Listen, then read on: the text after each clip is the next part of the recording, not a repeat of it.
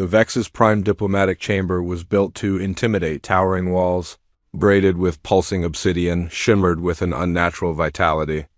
Above the assembled delegates, a dome hovered silently. At the center sat Laura Vasquez, ambassador. Of Earth. She was unimpressed. Across from her, Emperor Zoral, draped in the regal war silk of the Zarian Empire, leaned forward. The only sound in the room was the hum of containment fields, holding in the chamber's atmosphere and tension. Ambassador Zoral, this is a formality, he growled, a predator's voice laced with arrogance. The submission of Earth is unavoidable. We are simply offering you the honor of compliance. Lara twirled her glass of amber liquid, answering slowly. She laughed. Not at his words, but at the weight of his ego. Zarian domination, predictable, threats wrapped in diplomacy. She'd seen it all before. Submission, she repeated, tilting her head. A curious word. That I prefer irrelevant, considering the circumstances. The High Emperor's golden eyes narrowed, his mandibles flexed. A flicker of uncertainty passed over him, quickly. Hidden. Earth has made a decision, he said coldly. Your defiance is unwise. You lack the numbers, the technology. Lara replied with a dismissive grin. You presume too much. She tapped the obsidian table with her fingertips, a subtle show of confidence. You want a demonstration? Fine, let's talk control, she said smoothly. Your fleets? Worthless. Zarya's might has shattered empires long before your species. Even left its cradle, we grant you survival as a courtesy. Your world? A historical footnote, nothing more. Lara set her drink down with deliberate calm. You misread the High Emperor's lean, she said. Earth isn't here to beg. We're here to discuss survival, yours. A pulse of unease rippled through the Zarian delegation. Zaral's expression remained icy, but she saw it, a twitch in his jaw. His voice, colder now. Smaller species often overestimate themselves. Just before extinction. And yet, Lara said softly, I'm still sitting here, not begging, not pleading, waiting. A long pause followed. Zoral didn't blink. He wasn't hesitating. He was calculating, searching her face for weakness. He found none. A demonstration is necessary, he said finally. He raised a hand. A hologram bloomed above the table, a dead world, gray and hollow. Orbiting a fading star, a fleet appeared, Zarian dreadnoughts in perfect formation, without ceremony. They opened fire. The planet cracked. Firestorms tore across the crust. Land masses split in minutes. Nothing remained. Just drifting debris. The screen flickered off. Zoral turned to her. The next protest, he said, won't end with theatrics. Lara sipped her whiskey again. Impressive, she said. And yet, such wastefulness, logistics must hate you. Zoral's golden eyes flared.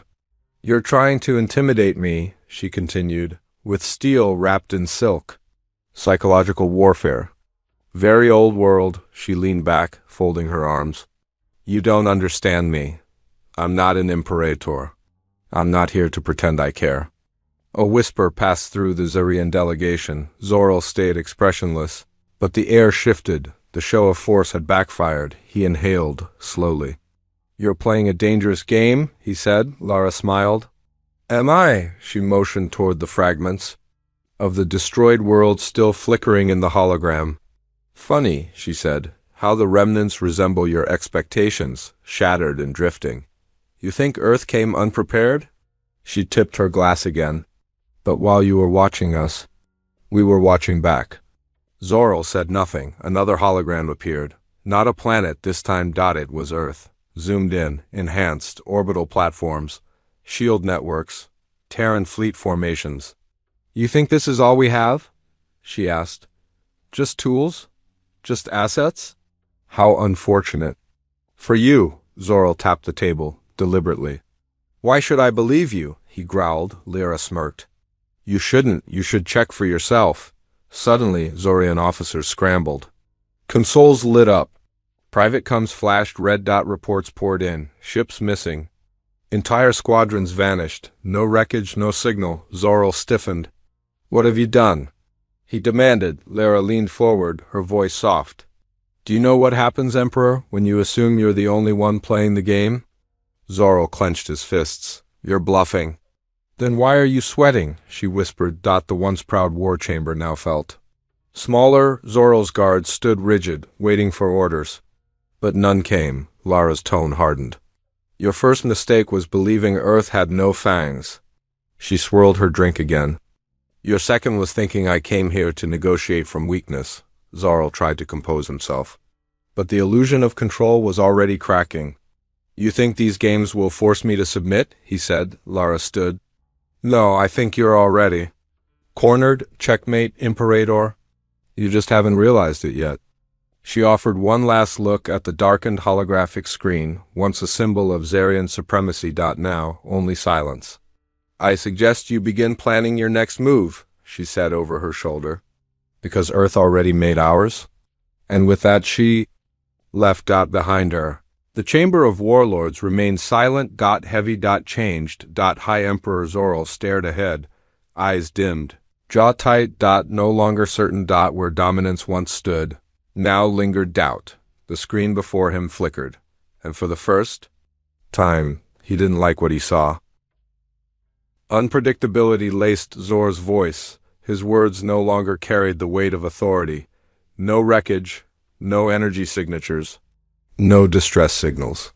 The room stood in sterile silence. Zorro exhaled through flared nostrils, slow and deliberate. Impossible, he muttered. Ships don't just vanish. There's always a cause, one officer added. Double quotes. Yes, Emperor, but no signs of attack. No known technology, not even from the most ancient empires, could do this. A chilling silence followed. The gathered dignitaries and warlords looked at one another, once unshakable, now uncertain. Zio, single quotes, S gaze hardened. His confidence wavered. He motioned to the holotable. Pull up every Terran intelligence report. He ordered. The console projected. The room dimmed. An archive of countless reports lit the space. Classified data, intercepted transmissions, surveillance footage, ship schematics. But the longer Zorro studied, the less sense it made. Terran development should have been slow, expected, yet new technologies appeared with no traceable progression. Fleet movements seemed reactive, but were tailored precisely to Zarian strategies before they were enacted.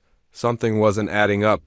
This wasn't organic. Zorro tapped the table with a claw, his version of a frown, as strategic officer hesitated.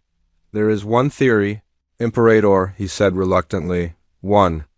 That's been rejected until now. The officer's mandibles clicked nervously. We believe the Terrans haven't just reverse-engineered alien tech. They've improved it, surpassed it, refined it beyond the original design. A hush swept the room, across the Zarian Empire. Such an achievement was unthinkable. It was rare for stolen technology to even function, improving it. That bordered on heresy. Zor's fingers clenched into a fist.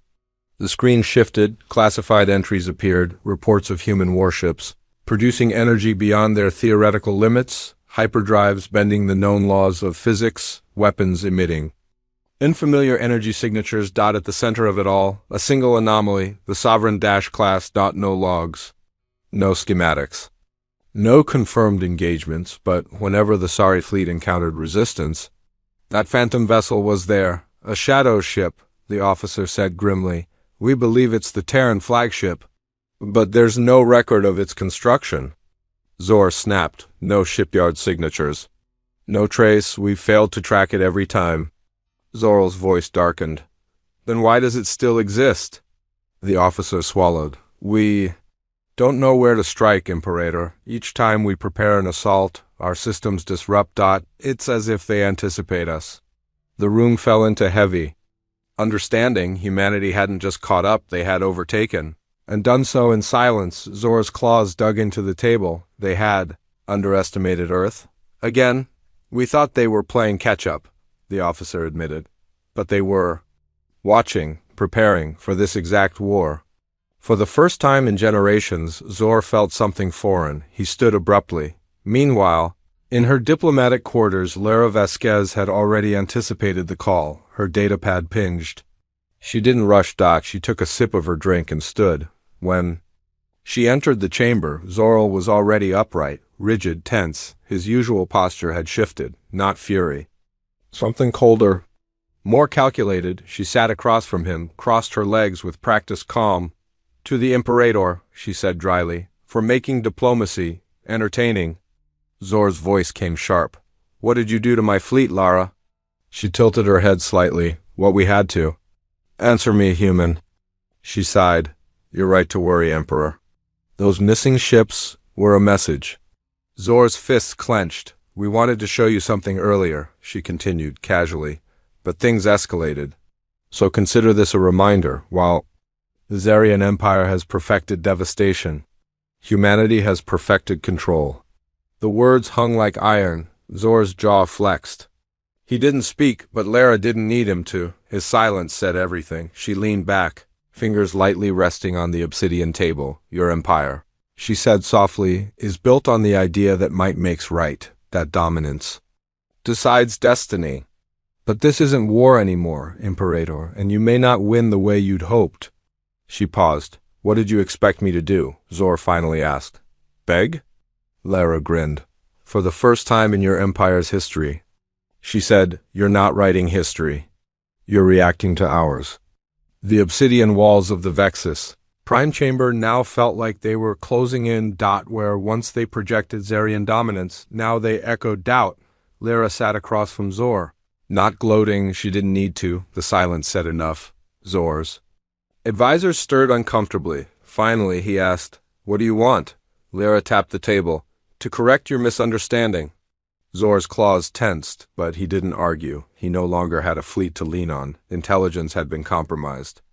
Everything he thought was under control wasn't. Lara inhaled slowly. We're not here to beg for peace, she said calmly. We're here to give you a choice. Zor's eyes narrowed. A decision, she clarified. One that affects the survival of your empire.